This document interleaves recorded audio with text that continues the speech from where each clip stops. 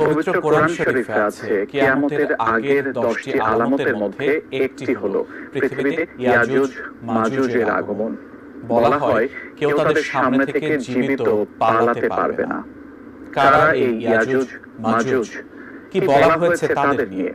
কখন আবির্ভাব হবে তাদের? জানাচ্ছেন সহকর্মী সাইমন প্রভা।